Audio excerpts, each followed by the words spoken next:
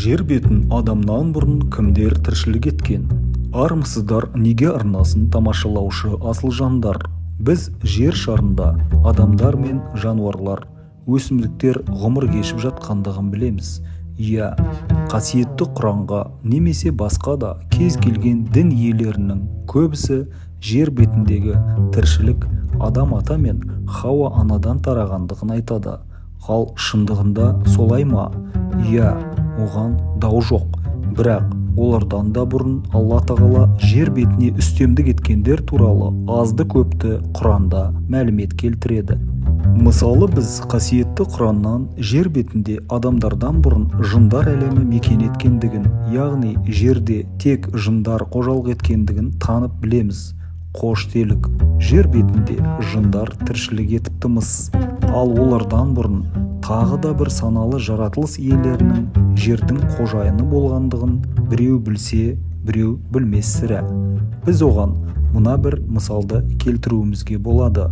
Мысалы, Алла тағала жер бетінде адамды жаратар кезде періштелер: «Уа Раббымыз, жер бетінде бозғыншылық жасайтындарды жаратпақшысыз ба?» деп сұраған. Демек, жер бетінде адамдардан бұрын саналы тіршілік иелері болғанға ұқсайды.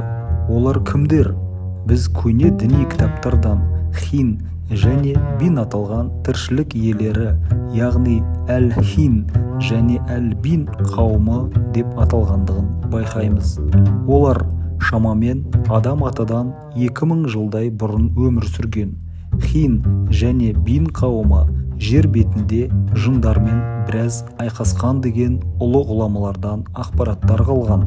Әлгі хин және бин қауымы жайлы ислам дінінің белгілі ғұламаларының айтуынша, яғни табиғиндардың нақтылауы бойынша, оларды жындар үлкен айқастың нәтижесінде бин және хин қауымын мұхиттардағы аралдарға қуып шығыпты мыс деген әңгімеге куә боламыз.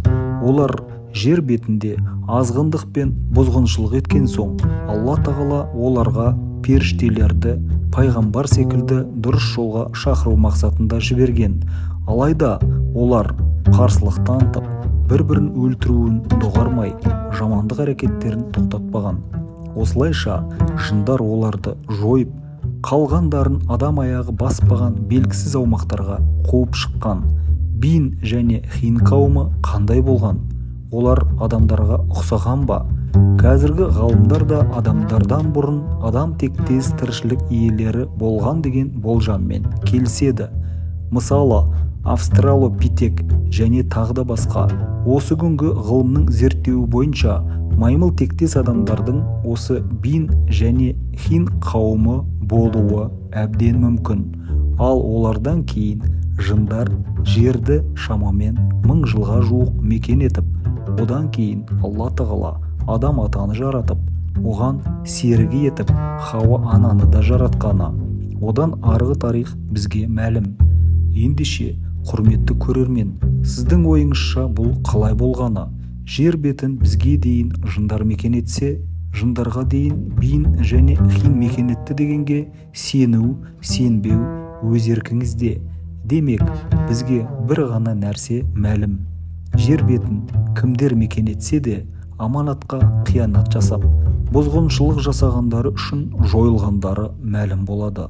Ендеше, барлығымызды Алла тағала адам етіп, басқа тіршілік иелерінен шоқтығы биік етіп жаратқанына тәубе деп, адал жолмен зиянымызды тигізбестен бақытты ғұмыр кешуге талпынайық.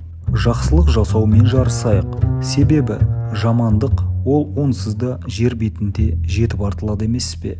Құрметті көрермендер, егер әңгіме ұнаса, лайықты түрде лайк басып, кереметтей комментарий қалдырыңыздар. Сіздің ойыңыз біз үшін қашанда маңызды.